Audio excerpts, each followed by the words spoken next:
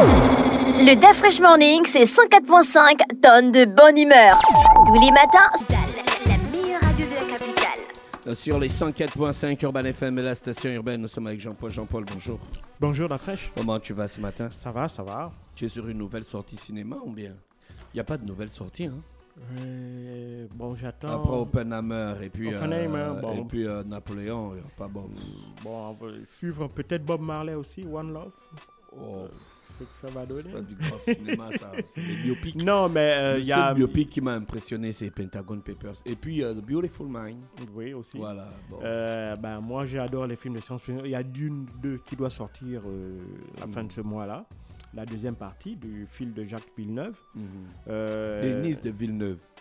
Denis de Villeneuve. C'est Jacques ou c'est Denis de Villeneuve? Jacques Villeneuve. Jacques D'accord. Villeneuve. Donc la deuxième partie de Dune, bon, moi c'est la grande attente. Et puis le Deadpool 3, pour ceux qui aiment l'univers Marvel, Deadpool 3, qui a quand même cartonné. Hein. C'est le trailer le plus vu sur YouTube. Ils ont dépassé les 360 millions de vues.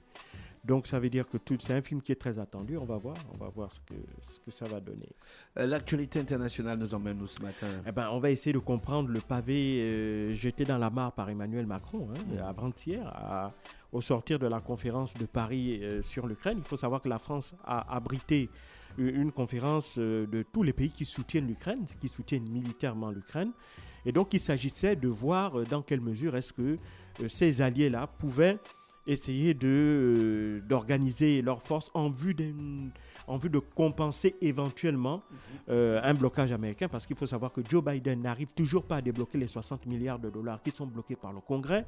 Et dans la même optique, dans le même temps, les résultats militaires sur le terrain en Ukraine ne sont pas bons pour ce pays, puisqu'ils ont perdu la ville d'Avdiivka, et ce qui a dû entraîner, et en plus si tu veux, les critiques qu'il y avait au sommet de l'état-major ukrainien ont fait que Alexandre Zaloujny a été remplacé par Alexandre Sovietsky ou je ne sais plus qui là. Bref. En tout cas, Volodymyr Zelensky a dû faire des changements à la tête de l'état-major ukrainien. Il a enlevé Zaloujny, qui était quand même celui qui avait dirigé les forces ukrainiennes lors de la première contre-offensive de 2022, qui avait permis à l'Ukraine de remporter d'importantes victoires et de reconquérir une portion non négligeable des territoires qui étaient passés sous contrôle russe.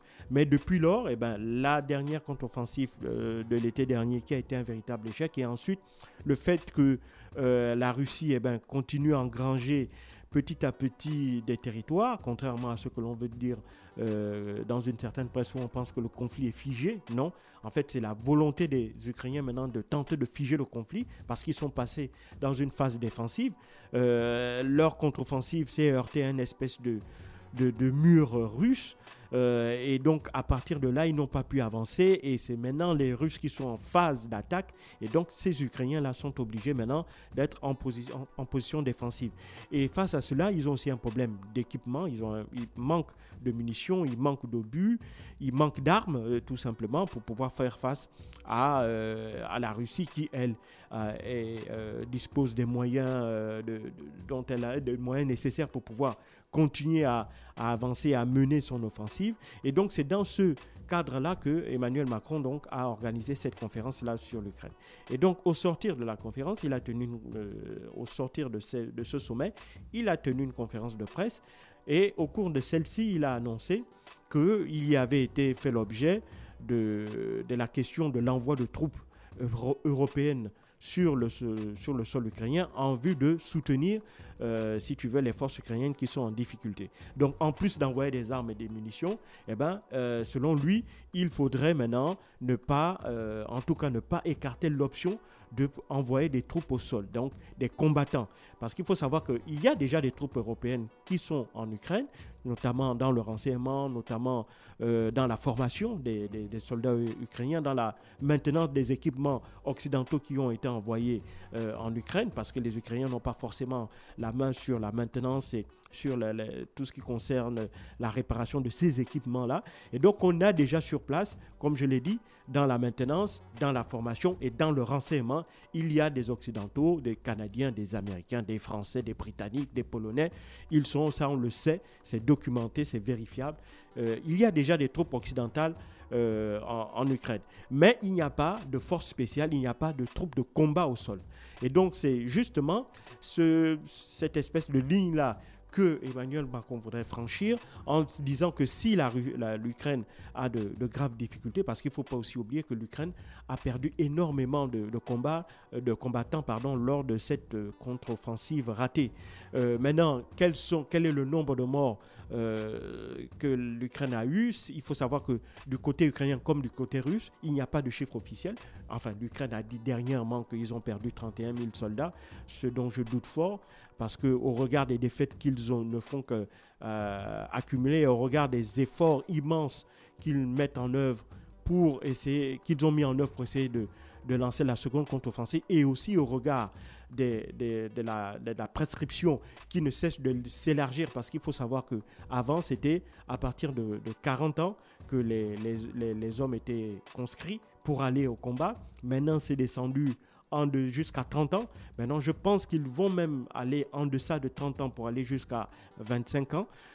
Donc ça prouve qu'ils ont énormément aussi besoin d'hommes. Et s'ils ont besoin d'hommes, c'est parce que, évidemment, ils en ont perdu beaucoup, ou beaucoup sont blessés. Donc, beaucoup ne sont plus aptes au combat. Donc, ça, c'est une réalité. Maintenant, du côté russe, aussi, les chiffres officiels ne sont pas donnés. Les Occidentaux, donc les Ukrainiens, disent que les Russes auraient perdu environ 150 000 hommes, ce que je trouve extrêmement exagéré, parce s'ils auraient perdu autant d'hommes, je pense que ça aurait eu un impact sur la poursuite de la guerre au sein de l'opinion publique russe. Contrairement à ce que l'on pense, l'opinion publique russe compte énormément pour les dirigeants de ce pays-là. Donc, ils ne font pas les choses sans tenir compte de leur opinion publique. Et donc, s'il y aurait eu autant de morts, je ne dis pas qu'il n'y a pas eu de morts, il y en a eu certainement, peut-être nombreux, mais pas dans des proportions telles qu'annoncées par les médias occidentaux. Mais ce qui est clair, c'est que l'Ukraine est en difficulté. Elle n'arrive plus à avancer sur le terrain, elle a des problèmes de logistique, elle a des problèmes d'armes, elle aura certainement aussi des problèmes de ressources humaines, elle aura aussi besoin d'hommes.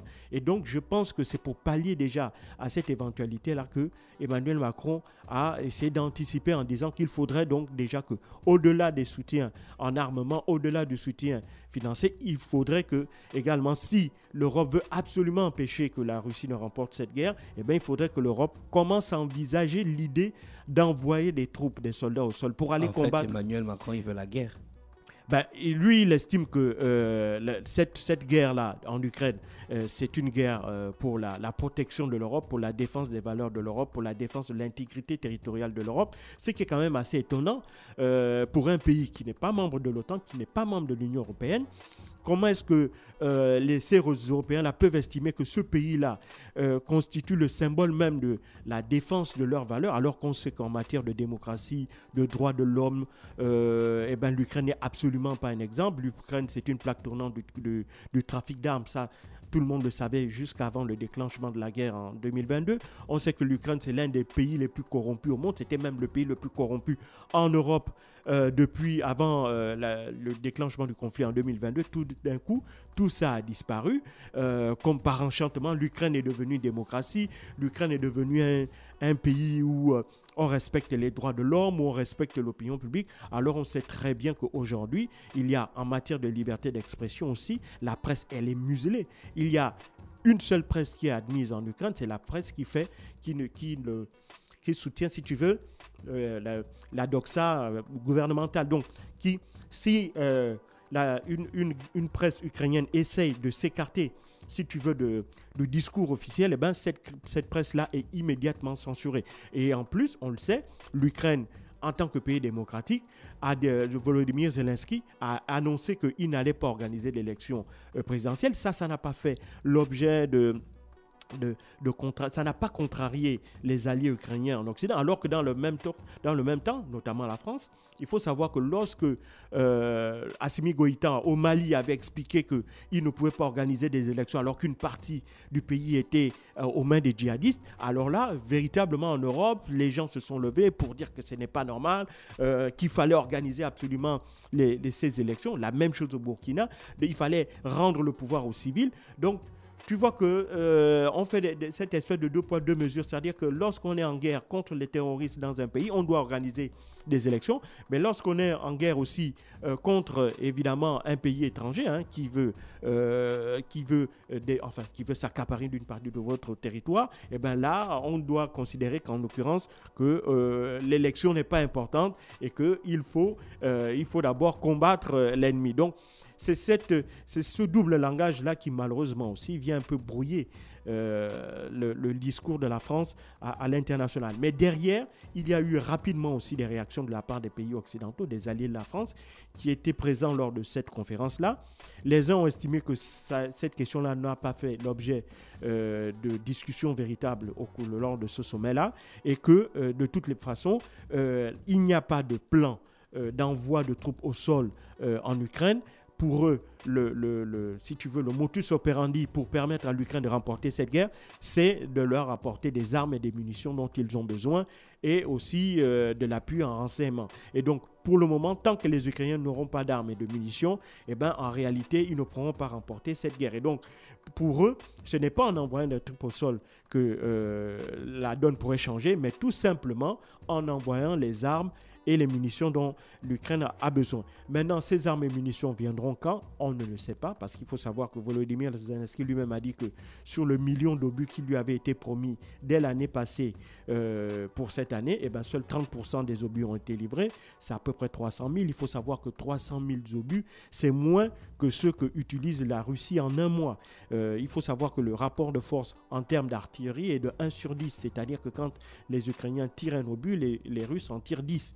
Et en plus, les Russes ont un double avantage, c'est qu'ils disposaient d'un stock immense d'obus qui date même de l'époque de la guerre froide. À côté de cela, ils ont 2 autres pays qui sont venus se greffer dans la logistique en termes de production d'obus. On a la Corée du Nord et l'Iran, ce qui fait qu'aujourd'hui, la Russie n'a absolument pas de problème d'approvisionnement en munitions et en obus, et donc met en place une stratégie qui est très simple, qui consiste à pilonner de manière intensive les positions de l'adversaire pour l'obliger à reculer ou pour le prendre en tenaille, et ensuite on envoie juste quelques troupes de l'infanterie pour venir nettoyer les dernières poches de résistance. C'est ainsi que donc ça permet à la Russie évidemment de limiter les pertes humaines en engageant le moins d'hommes possible dans un combat rapproché avec des soldats ukrainiens, et ça permet aussi de casser le moral de l'adversaire, et c'est assurément ce qui risque de se passer si